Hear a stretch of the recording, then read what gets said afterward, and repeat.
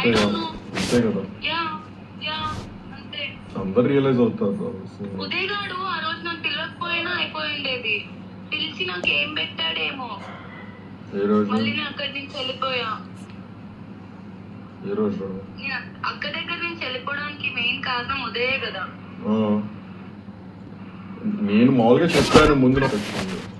అది వాడు ఉదయ్ గాడు ఏమేం చేశాడు అన్ని బయటకు పెడతా సాయి బ్రో. ఎందుకు తెలుసా, మీ మైండ్ లో వాడు ఏం క్రియేట్ చేశాడో తెలియదు కానీ నా వల్ల నేను అన్విక అక్క దగ్గర ఉండడం వల్ల అన్విక అక్క అలా బిహేవ్ చేస్తుంది అని మీరు అనుకున్నారు. That is not true at all. Didn't you get to know after seeing me? Uday did so much to me. Did I ever do anything back to him? మీరు అందరు అలా అనుకోని ఒక అమ్మాయిల మీద వాడు I know Uday bastard. He's like that only. Nobody is like that. ఎవ్వరు అలా చెయ్యరు.